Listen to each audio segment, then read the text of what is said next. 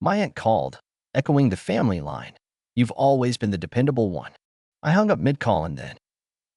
I never said I bought a house. All I said was I'd started looking, just browsing listings. But in my family, even breathing wrong becomes an opportunity to guilt you into carrying something heavier. It was one of those Sunday dinners you're not allowed to miss unless you want the absence weaponized and brought up at every future gathering. Not because they actually missed me, but because they could hold it against me. I showed up with a bottle of wine they wouldn't drink, wearing the sweater my mother once said made me look less serious. My sister Melody was already talking over everyone, listing her latest problems in a breathless monologue about the preschool tuition increase, her migraines, and black mold behind the kitchen cabinets. My mother nodded along like each of Melody's complaints deserved a prayer circle and an intervention, while my father had already faded into half-sleep behind the mashed potatoes. I said it between bites of roasted carrots. No announcement. No clearing my throat or asking for attention. Just a quiet sentence floated into the chaos. I've been thinking about maybe buying a place outside the city. That's it. That's all I said. The air didn't drop. It cracked. Melody's fork tapped too hard against her plate, and even the kids looked up from their crayon turf war to see who had dared to interrupt the ongoing broadcast of their mother's endless emergencies. I added quickly, brushing it off like it was nothing. Just looking. Maybe a small place. A cottage, maybe. 2 bedrooms, bit of a yard. Somewhere quiet. That's all. Melody blinked twice. Then she smiled, but not the warm kind, more like she'd heard me say I planned to live in an abandoned train car. She repeated it like it was absurd. 2 bedrooms. My father finally looked up from his plate, squinting like he'd misheard me. You sure now's the right time for that? He asked as if he'd ever known what was right for me. I kept my voice steady, even though my stomach had already turned to stone. There's nothing wrong with my apartment. I just want something that's mine. My mother laughed, soft and low, the kind of laugh that never carried actual humor. Well, if you're buying, we should talk. There's a place near Melody's neighborhood. 5 bedrooms. Huge yard. Really great school district. I stared at her. Why would I need 5 bedrooms? The silence that followed was heavy and immediate, as if I'd asked why I should bother breathing. Melody answered before my mother could. We just thought, with the kids and everything, it would make sense. You'd have the space. And just like that, the message was clear. They hadn't heard me say I wanted a house. They'd heard me say I was ready to be useful again. It wasn't surprising. Not really. This wasn't new. It was just louder now. The way they turned every quiet moment into an expectation. The way my silence had always been treated like permission. The way Melody's chaos consistently landed on my doorstep, tied in a bow of familial obligation. My mother pressed on. Martha from church says it's going to sell fast. We could tour it together next week. Melody nodded like the deal was already done. It even has a finished basement. We'd be out of your way. We. Not you. Not once in that entire exchange had anyone considered I might not want a permanent sleepover with my sister's circus. I stared down at my plate and realized I'd lost my appetite. I wasn't angry. I wasn't shocked. But something shifted. Something cold and clean settled in my chest. Not grief. Not rage. Just done. They didn't know it yet, but I did. This was the last time I'd sit at that table and be treated like furniture with a pulse. After dinner, I didn't go home. I drove. Not to anywhere in particular, just out. Past the last turnpikes of the city, past the neighborhoods with Target bags in every trash bin, past the strip malls and red lights. I turned the radio off somewhere past Route 93, let the hum of the tires fill the space instead. I wasn't angry. That would have felt cleaner, maybe even easier. I was quiet, but not the kind you savor. The kind that echoes inside you when something is breaking beneath the surface and no one hears it except you. The last time I told my family no, I was 16. Melody had borrowed my dress without asking, tore the hem, and handed it back like it had never mattered. I asked her to fix it. She told Mom I was being dramatic. And Mom, without looking up from her casserole, said Melody had enough on her plate. I remember staring down at that crooked seam in my hands and realizing I'd been outvoted in a room of 3. That moment never really passed. Melody got more time, more excuses, more space. When she failed, it was circumstance. When I succeeded, it was background noise. I got my first salary job at 23. Called home during my lunch break, proud for once. Mom answered. Her voice was lit up. Did you hear? Melody's pregnant again. I told her I got the job. She said, that's nice, sweetie. Gotta run. Something's burning. The phone clicked. At 28, I paid off my student loans. Didn't tell anyone. It didn't seem worth the vacuum that would follow. When Melody's water heater exploded, they called me. Not because I lived nearby. Not because I knew plumbing. But because, in Mom's words, you're the responsible one. I wired them $100 that afternoon. Never got a thank you. 3 days later, Melody texted, can you talk to the bank? They're being difficult. Difficult, not denying the loan, not refusing an extension. Just inconvenient. That's what they called me, too, whenever I didn't immediately bend. That's the word they used when I said I wouldn't be coming to Easter last year. Don't be difficult, Rachel. You know how much the family means to Melody. And now, apparently, I was buying her a house. I pulled into an empty gas station lot, the kind that had long since surrendered to time. The windows were boarded, the ice machine still upright but sun-bleached and cracked. I sat in my car and watched the wind drag a plastic cup across the gravel. 2 bedrooms, a garden, a small porch. I wasn't kidding when I said it. I wanted mornings without emergency voicemails. I wanted silence that wasn't hostile. I wanted to sip coffee without stepping over someone else's shoes on my way out the door. I opened my phone and created a folder. I didn't name it something sentimental, just a blank label. Inside, I started adding real estate listings, interest rate notes, links to garden design articles, mortgage calculator screenshots. I wasn't planning an escape. I was building a door. The next morning, my mother sent a link with no greeting, no explanation, just the listing for a 5-bedroom brick colonial with a finished basement and a photo of a swing set half collapsed in the yard. The subject line read, "This is the one." I didn't respond. I read the email while drinking coffee in silence, the kind that didn't weigh heavy but instead settled into the room like I'd finally moved out of someone else's shadow. 10 minutes later, Melody texted, already claiming victory. Did Mom send you the listing? The twins are already arguing over which room they want. Not if they could move in. Not maybe. Just an assumption framed like a question, a plan wrapped in a bow of fake innocence. Which room? As if I'd said yes in a conversation I never had. As if the house I hadn't even found yet was already hers to distribute. I didn't answer, not that day, not the next. I let the message sit unread, but not unseen. Like a piece of junk mail shoved into the corner of your kitchen counter. You know it's there. You know what it says, but it doesn't deserve your energy. That Friday, my mother left a voicemail I didn't need to hear twice. Her voice was clipped, falsely cheerful, almost bored with pretending. Hi, honey, just wondering if you saw the photos. Martha says that 5-bedroom we liked is having an open house. We could go together. Don't make this difficult. That word again, the one they tossed around whenever I chose not to play along. I didn't replay it. I just hit delete. Difficult didn't mean unreasonable. It meant non-compliant. It meant I wasn't folding fast enough. It meant I was stepping out of the role they'd boxed me into since I was old enough to tie my own shoes. They called me difficult when I didn't want to attend church the week after Melody's husband left her and moved to Texas with a woman he met at a casino. They said I was being difficult when I asked to skip Christmas and spend it with friends who didn't assume my presence was an obligation. They used the word again when I declined to cover Melody's car repairs, even though I was told it would only be a temporary favor and I'd get the money back in a few months. That was 2 years ago. No money ever came. But they still sent photos of the kids smiling next to the car I paid to fix. And now, they wanted me to foot the foundation of Melody's next life chapter. A house. A yard. A quiet place for their chaos to crash and settle. That Sunday, I showed up to dinner on time. Not because I wanted to. Not because they earned it. But because I needed to see something for myself. I brought another bottle of wine they wouldn't drink, wore the same sweater my mother once said softened my sharpness. Melody was already posted at the dining table, phone in one hand, kid under the other. Her husband, whose name barely gets mentioned anymore, was passed out in front of the game in the living room, pretending not to notice the crayons flying under the table. My mother moved through the kitchen like a woman auditioning for sainthood, orchestrating every dish like a symphony only she could hear. Everything looked exactly as it always did, smelled the same, sounded the same. Same conversations, same seats, Same tension just under the surface, like a hairline crack and porcelain waiting to split.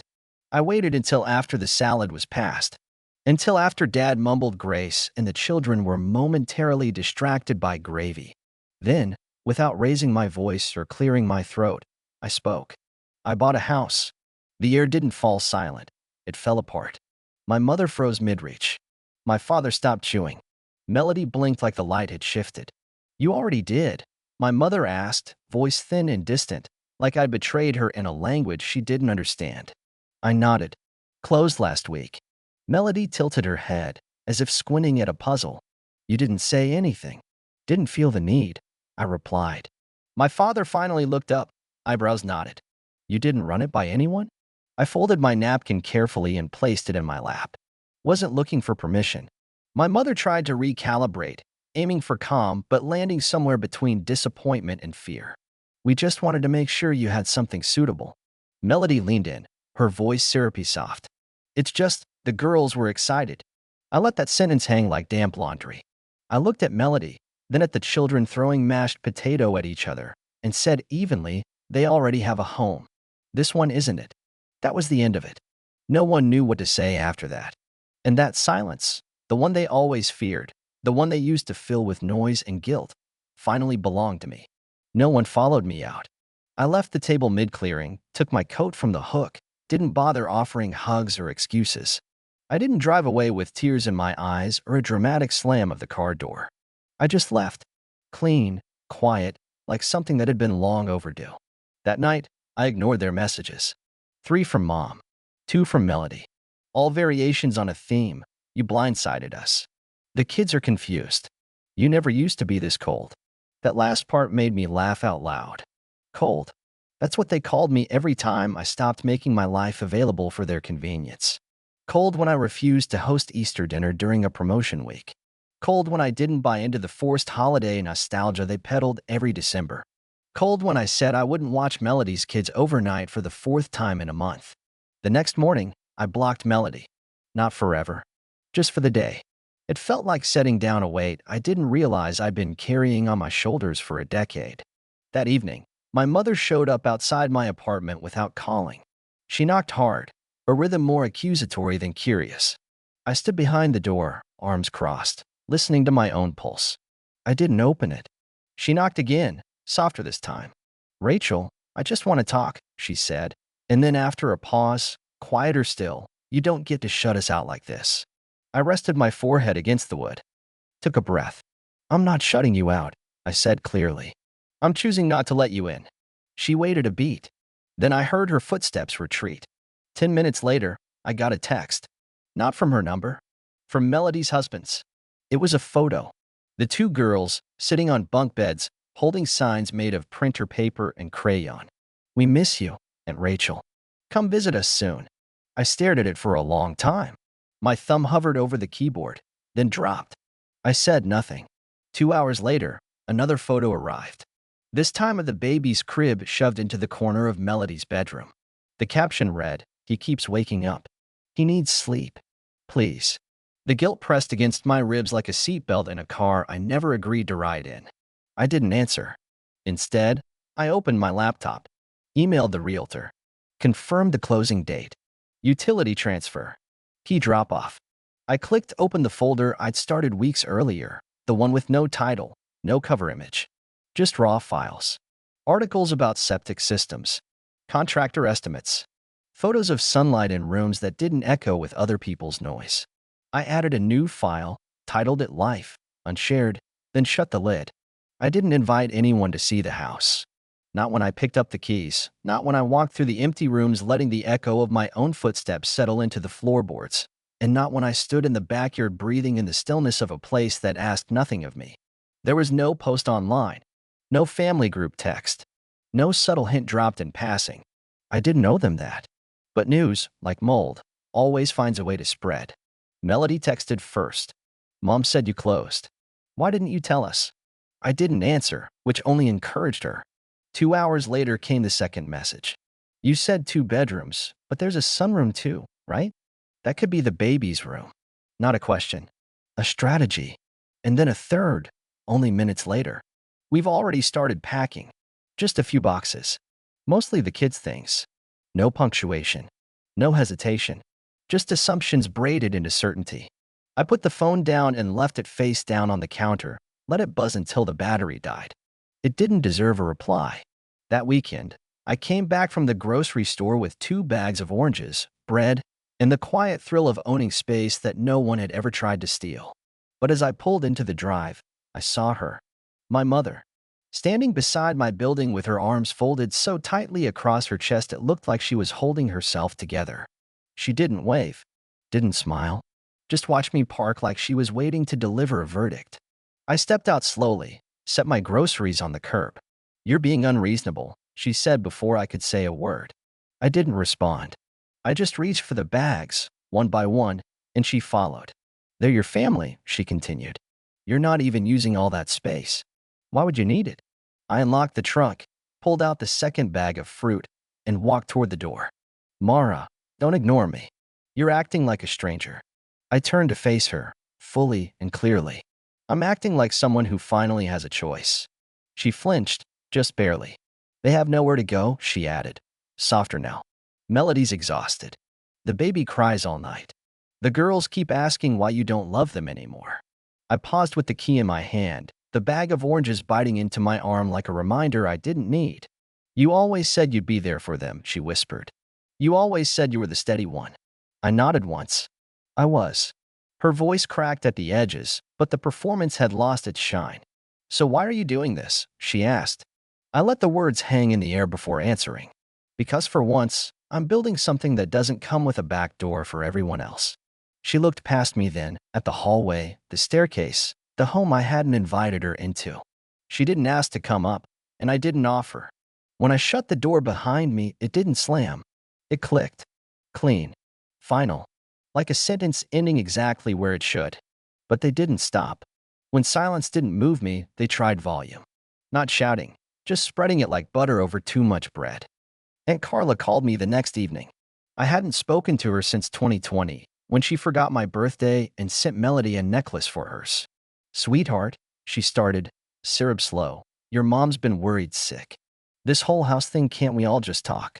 I didn't answer, just let her keep talking, the way she always had, without asking if anyone was still listening. "You've always been the level-headed one," she said, like a compliment and a trap. "And your sister's going through a lot. She needs you right now." I thanked her for the call and hung up before she could say more. An hour later, I got tagged in a Facebook post I didn't even realize I could still see. Melody had uploaded a photo of the girls in front of 3 stacked moving boxes, smiling like it was Christmas morning, chocolate smeared across their cheeks. The caption read, "Some people say family is everything. Some people prove otherwise." It had hundreds of likes, dozens of comments. People I barely remembered from school chimed in with prayer hands and passive aggression. Some people just lose their way. Children shouldn't have to suffer for adult mistakes. We raise our kids to care, not to shut doors. I read every single comment. Just once. Then I deleted the app. The next morning, my mother sent an email. Not a text. A full-page letter. Attached as a PDF. Formatted with a subject line, paragraph indents, and a signature. "We've always dreamed of growing old with our family nearby," it said, the language tight, controlled, like something she rehearsed aloud before writing. She mentioned the mortgage I'd co-signed on their lake house 8 years ago. The hospital bill I paid when my father's insurance didn't cover the second round of scans. The years I'd stepped in without needing to be asked.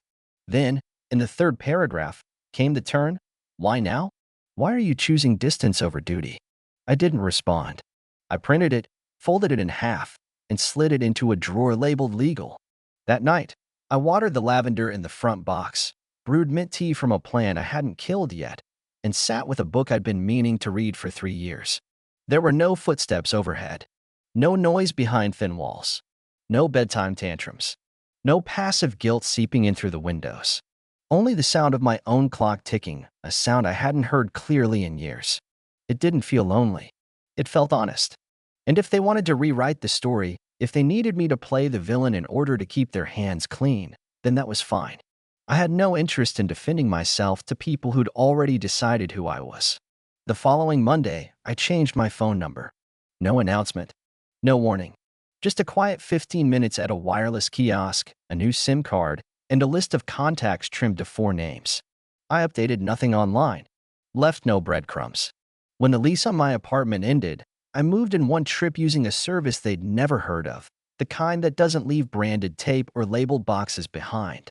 The cottage was smaller than my apartment. Older too. The floors creaked in the hallway, and the pipes moaned every time I turned on the shower. But every sound belonged to me. I painted the bedroom walls myself, pale green like the lake at dusk. I built shelves for the books I used to say I didn't have space for. I planted rosemary, basil, and thyme in clay pots and lined them along the porch railing. For the first time in longer than I could remember, I didn't wake to a phone lighting up with new obligations. There were no last-minute favors, no sudden emergencies, no curated photos of children I didn't agree to raise. Just the light shifting across the kitchen floor and the slow hum of my own life taking shape. Sometimes I sat on the porch with tea and didn't read, didn't think. Just watched the wind move the leaves and let the day rise and fall without rushing to meet it. This wasn't running away. This wasn't hiding. This was claiming space that was always mine. They had taken so much without asking. So I stopped answering. And eventually, they stopped asking. The email came late on a Thursday night, the kind of hour when nothing good ever arrives. The subject line said, "Can we talk?" But the body of the message said everything they couldn't bring themselves to say out loud. It was from my mother's account, but I knew immediately it had been written by my father. The tone was clipped, measured, and heavy with that familiar weight of performance masquerading as vulnerability.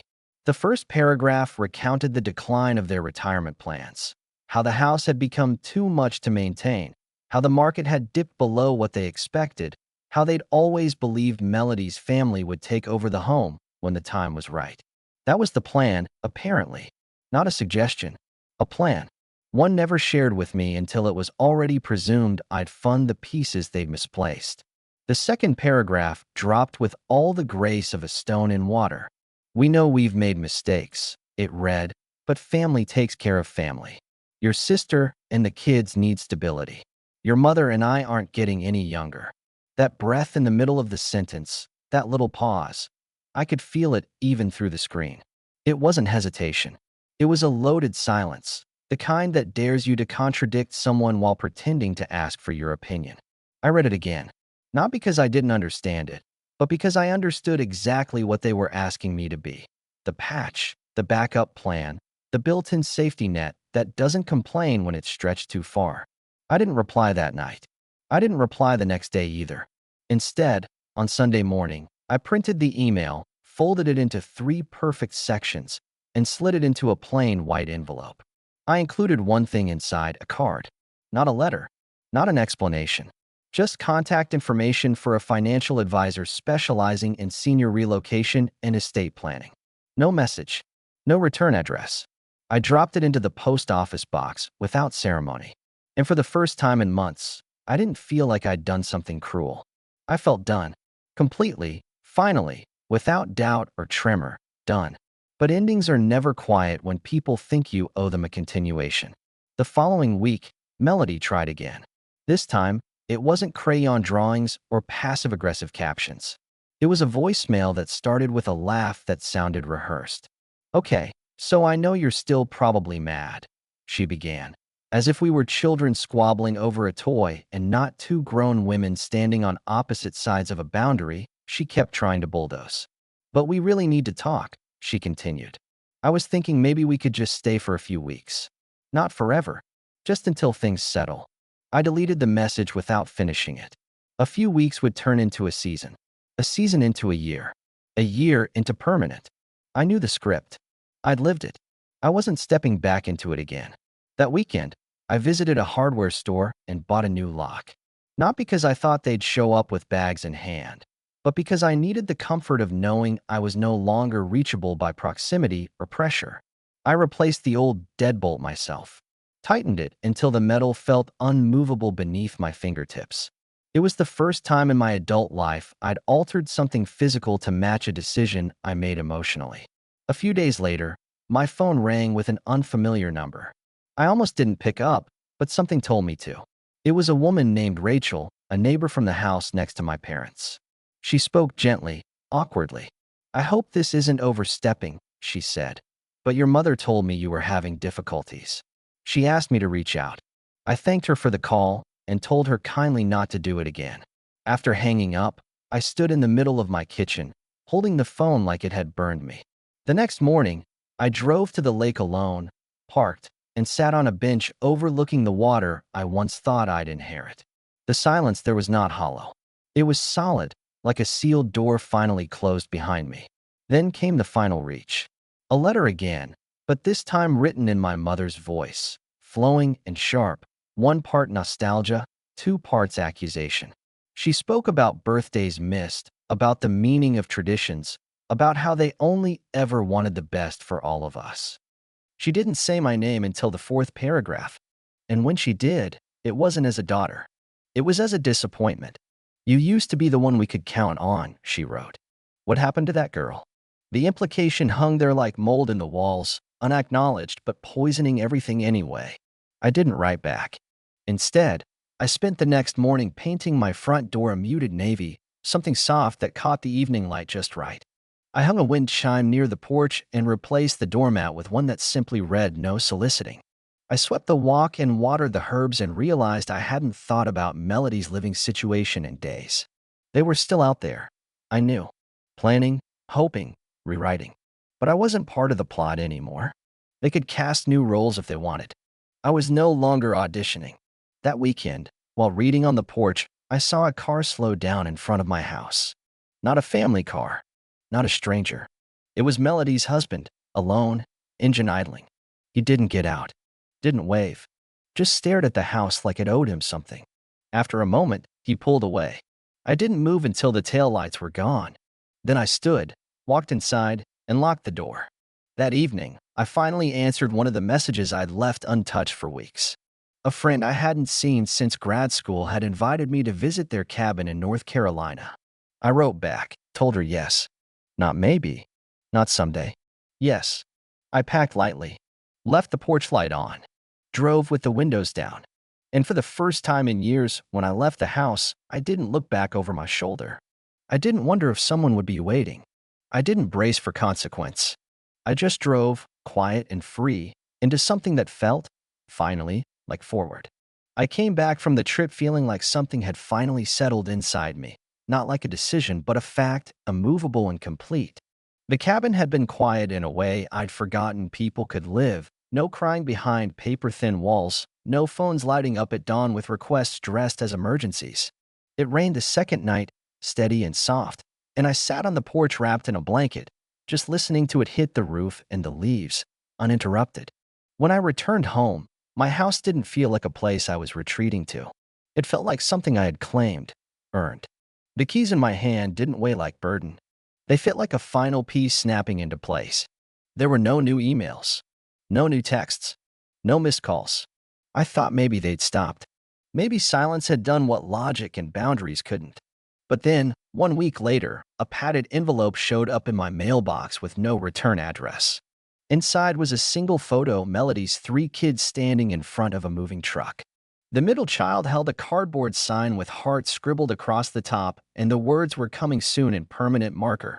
I stared at it longer than I should have, waited for the reaction that never came.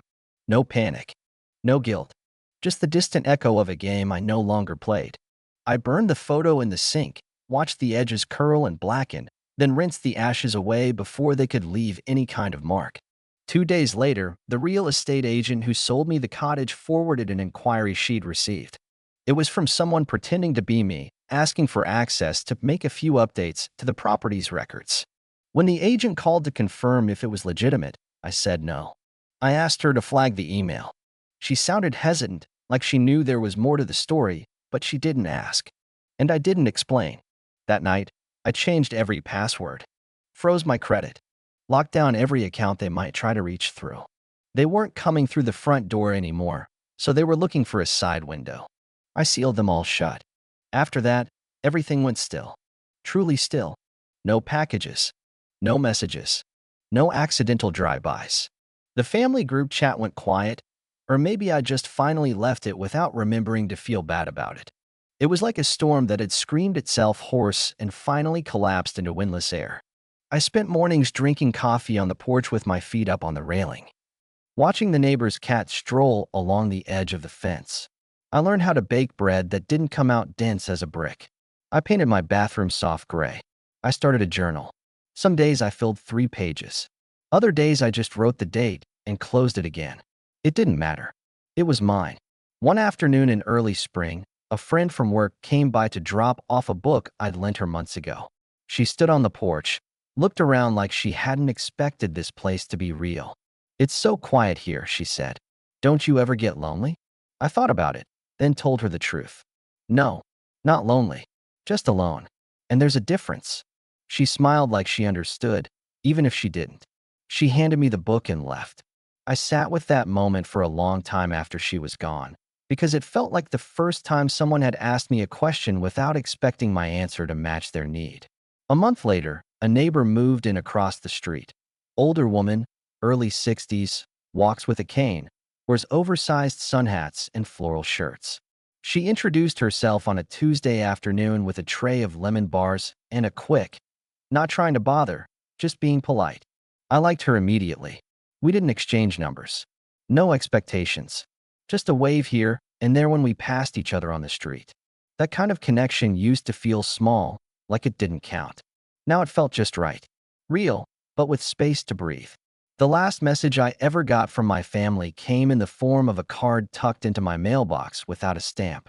I opened it outside, standing barefoot on the porch, knowing exactly who had left it. It was from my father. Not typed. Not signed by both of them. Just his handwriting, plain and clean. It said, "We're selling the house. Thought you should know. If you want anything from the attic, now's the time." That was it. No closing line. No apology. Just an invitation to go back and sort through what wasn't mine to begin with. I threw it away without reading it again. Whatever was in that attic, they could keep it. Now, I don't measure peace by how few problems I have. I measure it by how much of myself I get to keep at the end of every day. I water the herbs on the windowsill, trim the ivy growing along the fence. I leave my phone face down, turn off half the time. Sometimes I walk to the edge of the road and look at where the mailbox used to be before I had it taken out and replaced with a P.O. box in town. There's nothing there now, just grass and silence and a space I no longer owe anyone. And for the first time in my life, that space feels exactly like home.